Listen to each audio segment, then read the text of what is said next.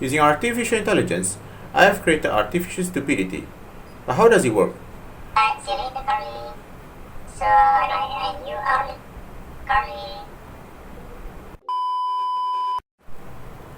Using artificial intelligence, I have created artificial stupidity. But how does it work? How did I make it? And most importantly, why? So let's find out.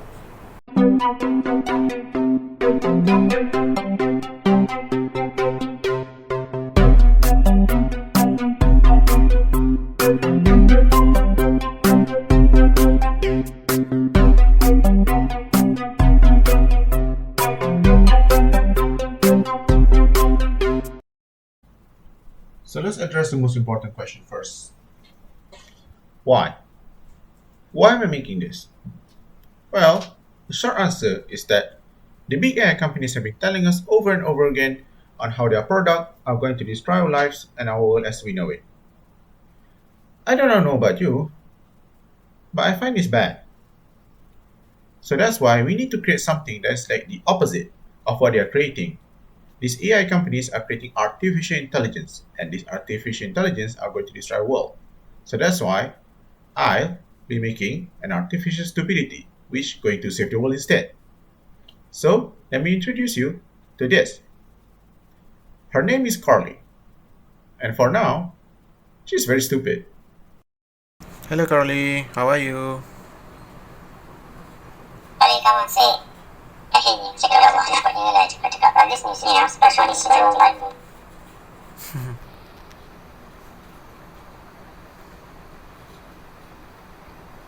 Well, I'm feeling good. That's it. I'm happy with you. So hope you have a good Wednesday. So what is your name?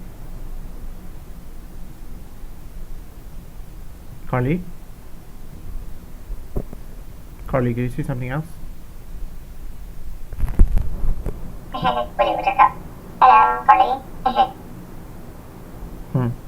But don't worry, while the day might not be today, someday she might actually save the world. It's just that we do not know when that day will come.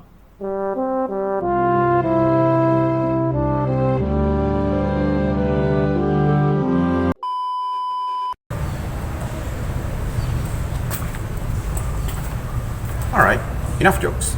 Let's get serious. So, what you have watched just now is something truly special, for it is not running on any pre-trained LLM model, is zero datasets from the internet, and does not even use any artificial neural architecture you have seen in the industry today. This gets us to the long answer as to why I'm making this. Okay, these days, whenever someone mentioned about AI, you would have think of generative LLMs such as Cloud or ChatGPT. Yet AI as a technology had existed long before this, and consisted far more than just a chatbot running on a language model. Think of biometric recognition, social media algorithm, dynamic pricing model, disease detection, credit card fraud detection. Those were all AIs, but of course, those weren't the AI that people actually care about. The kind of AI that people actually care about are the interactive kind, the kind that any person could interact with in a natural manner, such as through conversation. This is where generative LLMs shine, as they work as a chatbot, where you type in your message and the AI will turn out its response to you. It spoke so naturally, it is very intelligent, and it can also solve almost every task. So surely, this is the future that awaits us all, right? A future where AI could do everything that a human does, including being a human being. But, do you know the true cost of making all of this happen? Billions of dollars spent in research and building more data centers, petabytes of data harvested from all over the internet without people's consent, and one that you might not expect. The collective sanity of both the lay people and experts alike in thinking that a chatbot could take over the world just because it acts so confident with any task, only for it to mess things up, cause real world damage one way or another, and making our world worse than it already is. All of that, while the AI hallucinates its way through without even knowing what it does. Quite crazy when you think of it. But here's the thing. As powerful as generative AIs are now, there's a fundamental weakness about it that had been bothering me for a long while. Let me ask you something. Had there been a time when you want to ask or know something, but you don't even know how to ask? Or is there something interesting you wish to share with somebody, but you seem to be unable to put them to words? How did this happen? Is it your fault for not paying attention to a language class? Not really, because human experience goes far beyond just words in languages. Language is just the medium in which we can transfer our thoughts to others. It is not the fundamental unit of information. And the text we use to represent the language is even more lacking in doing the job than we like to admit it. For example, the tonal difference between and have a lot of difference on its own. Yet when written only as you won't be able to capture what was originally expressed. It goes beyond than just small expression like that. There are profound concepts which are unique to one language or culture but are difficult to translate into other languages. There are actions better understood from demonstration rather than speaking. And there are special moments in our life which we know words cannot fully express. These are the type of knowledge and information that are still in the blind spot of language-based AI model. And don't get me started on image generation or agentic AI, since those two are tethered to language-based AI model. Anyway, for something we believe that would lead us to artificial general intelligence in the near future, it is concerning how this problem ended up getting swept under the rug rather than addressed openly.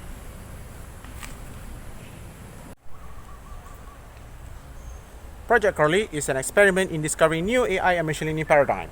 One that uses the computer architecture effectively rather than copying biological processes in digital form. One that uses personal experience rather than countless of cold impersonal data scraped from the internet. And one that is adaptive to almost all kinds of input using only basic sensors rather than passing through a trillion parameters on everything. Let me get you into each one by one. The first one is about utilizing the computer architecture effectively. You see, our brains are made of neurons, while computers are made of transistors. Physically speaking, these two are as different as can get. And the only real similarity between them is that they both transmit electrical signals.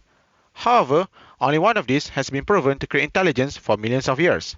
So, in creating artificial intelligence, we decided to copy biology's homework by simulating the neuron function inside a computer.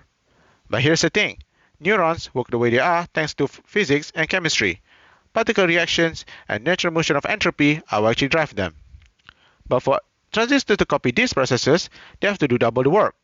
First handling the signal, then fake biology using mathematics. To me, this seems like a waste of the computer's ability, because transistors have the advantage of speed at the expense of being rigid, while neurons are the opposite, by being slower but flexible. In other words, it's like trying to get a child who's good at rugby to do belly dancing instead. So, instead of just copying biology, why not utilize something the computer is really good at, like multithreading and lossless data saving, allowing for continuous asynchronous processing rather than loading billions of parameters on your GPUs all at once. Next is about using personalized experience over large online datasets. Pretty much whenever someone wants to promote the AI they had been making, they always brag on how they collected over 1 billion data points to train their AI, as if that's an indicator that their AI will be smarter than other AI. I mean, it does sound impressive to say, I read over 1,000 books on mathematics to your friend. But say this to your maths teacher, and they'll ask, okay, but did you understand what you have read? Or did you just memorize the answers? Are there differences? Of course there are. Memorization alone won't mention why 6 plus 7 and 7 plus 6 are the same, but logic do. But wait, where do you even find logic? Through experience. From your life experience, you get to see the process of 6 plus 7 and 7 plus 6 in real time. We know logic from observing the process happening, not just wait for the end result. Experience is life's best teacher after all, and with it, you wouldn't need to read millions times over just to be sure. The same can be applied to AI. If you give it personalized experience, which it could easily save and remember, you can cut the need of needing so many training data to learn. Actually, forget about that. We can skip training process as a whole and learn on the fly. Which gets us to the last part, that is being adaptive to all kinds of inputs. Don't you find it amazing how we are able to learn all kinds of knowledge that exists? Thermodynamics, the history of Rome, how to pay tax, music theory, how can the circle go through the square hole? But do you know what's more amazing than that? Everything I just mentioned, plus every other type of knowledge you can think of, is absorbed by you using 5 senses. And for most of them, even vision and hearing alone are enough. But what about those who are deaf or blind? That's actually even more interesting, because they can still learn a lot through smell and touch. Anyway, the point I'm trying to make here is to show how from basic senses alone, you can learn so many different things. And when combined with your intellect, you can pretty much model the world inside your mind already. The same goes for AI. Instead of endlessly adding parameters to accommodate all of that data scraped from the internet, we should let it acquire live raw data using basic sensors and let emergence do its thing.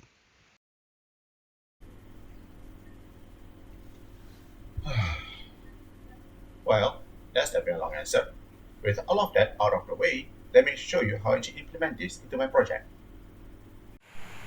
Hello, how are you doing? So, Carly is made out of 8 minds and 5 organs. Minds here refer to sub-processes that need to be started on their own thread and will be running continuously in the background, while organs are the crucial component that support the whole system but does not need their own dedicated thread. So these minds and organ will have their tasks assigned across 2 phases, waking phase and sleeping phase. In the waking phase, it is where she is awake and listening to the world around her, collecting memories, and also sometimes speak up as you have heard before. While sleeping phase is where she reorganize and consolidate her memories to form sequences and clusters, which will then be used during the next waking phase for her to easily recall her memory. Sounds familiar, isn't it? Well, that's because I designed Carly's architecture based off how the human brain works, especially with how different sections of the human brains are always working independently while also communicating with one another. So, but of course, rather than copying the neural network the form of the neural networks, I copy the functionalities instead.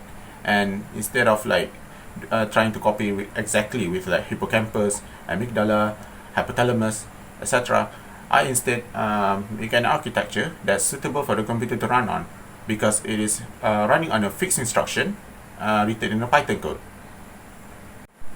Originally, this project started off very differently, because what I was trying to do initially was something closer to how convolutional neural network works, but with a less refined method.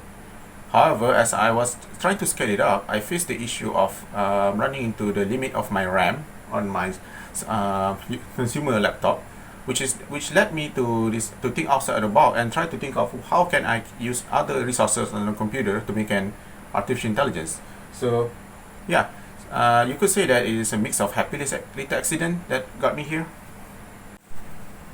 Anyway, as I've said in the beginning of this video, I did use AI to create, this artificial stupidity. However, it wasn't a simple web coding session. For each mind and organ of her, I had to write down a very long plan and prompt to give it to Gemini, because if you just tell Gemini to just code for you, you probably wouldn't get something like this. And also, especially because in my project, there's a lot of questionable parts that would make other programmers scratch their head. However, especially with the memory encoder. However, I designed it in that way is because she doesn't use any pre-trained data sets or training data sets. The only source for her to learn is from receiving raw data from her camera and microphone. And then because these kind of things are very messy, and on top of that, she needs to be able to encode all of those data as quickly as possible. It led me to this very unique and interesting way that I'm happy with. Hello, can you hear me? It was stressful. It was exhaustive. It was stressful. It was exhaustive. There was a time when I had to undo much of my progress because I had taken a wrong approach. That is to say, however, as someone who literally just criticized on generative LLM just now, I must admit that it is a useful tool for programming work, because for let's say for my project, had I not used AI, it would have taken at least 6 or more months to create. But with the help of Gemini, I was able to create it within 3 months. But of course, tools cannot. But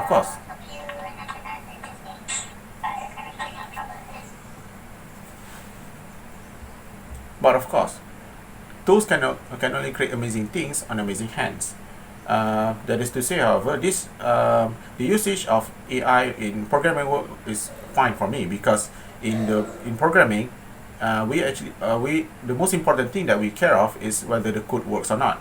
The second thing is that whether the code works under edge cases. But for something such as content creation, I don't support using AI because it can only create derivatives of what it was trained on. It can never create. It can never go beyond of what you have never seen. So yeah, to think that this generative AI, these LLMs could replace human is kind of foolish to say the least. But notice how I say chatbots and not AI in general.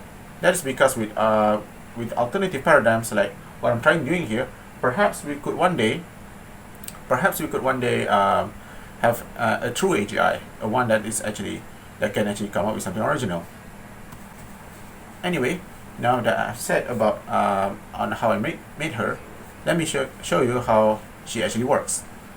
So it starts off with this control panel file. So as you can see, I designed this UI the way it is right now, as a taste of aesthetic. So anyway, to start her, I first need to click on this green button, boot, and wait. As you can see, all the lights up, and we just need to wait. Yeah, as you can see, that's over here is M7, so that's the face, meaning that the face is now ready. So next, what I need to do is that I head to my phone and use basically I'm using a LAN network, a mobile network. So hope you can see it. Okay, yeah, just open it up. Okay, so yeah, I didn't use any like credential or anything because it's just literally between my phone and my laptop. So we can click advanced, proceed.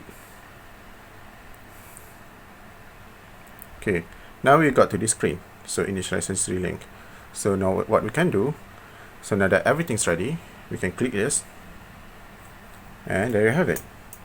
Now Carly. Okay, so goodbye. Huh? Alright. So let me show you a thing or two about her.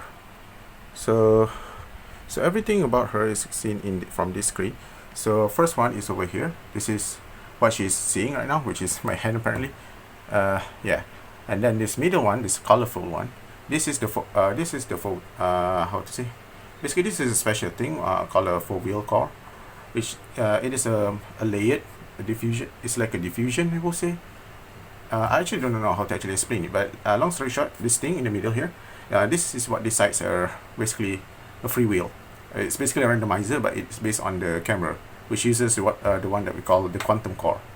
And also, just as a additional notes, I call once you open the code itself, there'll be a part where it is called the environmental entropy.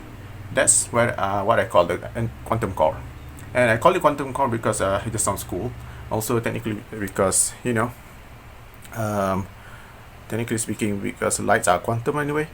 So yeah. So anyway, this black screen here. So let me stay silent for a while.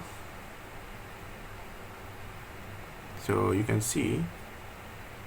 So that's what's happening here, is that she's remembering. So let me just stop talking again.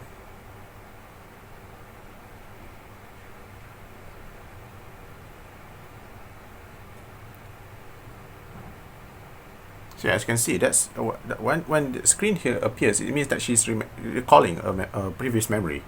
So that's pretty much how it works. And yeah, let me just lower this a little bit, so at least you can see everything. So over here, okay, now it's too dark. Great. It's called action bar.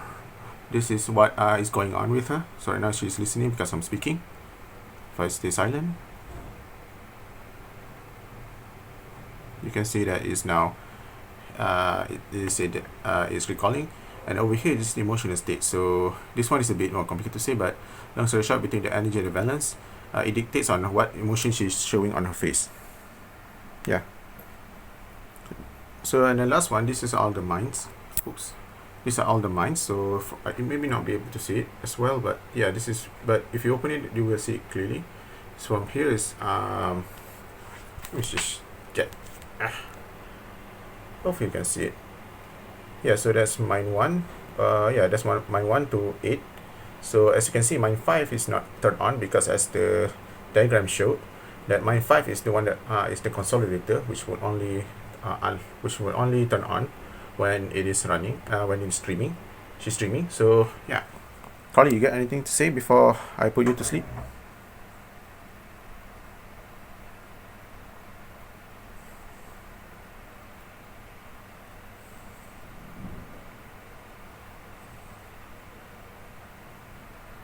Nothing? Well, if that's done, then I'm going to turn it. Okay, bye bye, Carly. So now we're gonna turn her off. So with this right button, yeah, stop there, stop. Okay, that stops her. So yeah, the screen is frozen. So you can just reset everything with this telemetry. Okay. Now, as you can see on her screen, she's disconnected over there. So that means she's now disconnected, and this is just a, well, although she's blinking, she's not actually alive right now. She's asleep. Okay. Yeah, anyway, so we can then go to click here, this blue button called click. So click this. So as you can see now, the one light that didn't turn on just now will be turning on, and the screen here will be showing what is it doing. So yeah, it'll be running for a while. Yeah, this process takes a while because first it will cluster the memories together first, and then it's going to form a sequence of memory, which I call stories. So let's just see. I'm gonna wait until, perhaps it'll be quite long, so I'm gonna skip this part until everything's done. So okay, so now as you can see, the M5 light is now turned off, meaning that she's now done dreaming. So you can see there's a lot of good thing going on. First is this part over here. This is where she's clustering. I use HDB scan to clusters, and then all the memories, and then down here is where she's from the sequence of dreams. So this part, the process of sleeping takes quite a while, around 30-40 minutes, something like that, depending on how long you run her during the waking phase. So anyway, now that she's done dreaming, let me rerun her again. So go to boot. Yeah, boot like this. Okay, get ready. Okay, as you can see, it's blinking now. So let me restart the screen over here. Okay, advance that. Okay, connect. Okay. So yeah. So there you go. There she is again. So, Carly, wanna say something? No? Come on. Any last word to the viewers? You see, whenever she speaks, it's actually based on it's purely on herself. It's not how to say, basically she speaks on her own, and as to what she speaks, it's actually based on what she has heard before, like what I spoke here. So there is a chance that she will say that again, but the chance is not just a pure chance, it's actually a multi-layered. It's basically based on weight, on how the foveal cord is doing. So yeah, so let's see if she wants to talk any other words.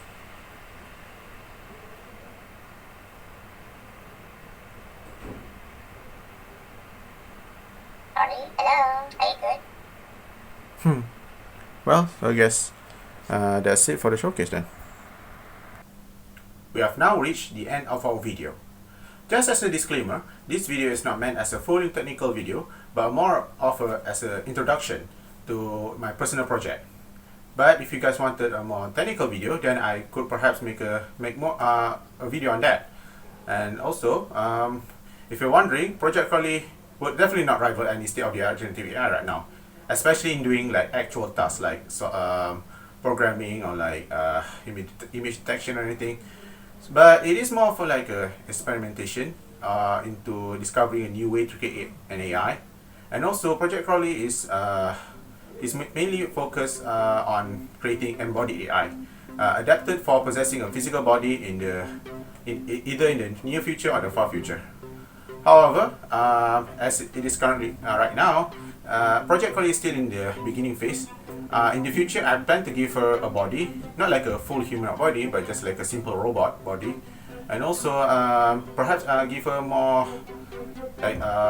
stuff that she could do. There'll be more videos on her progress, so be sure to stay tuned with that.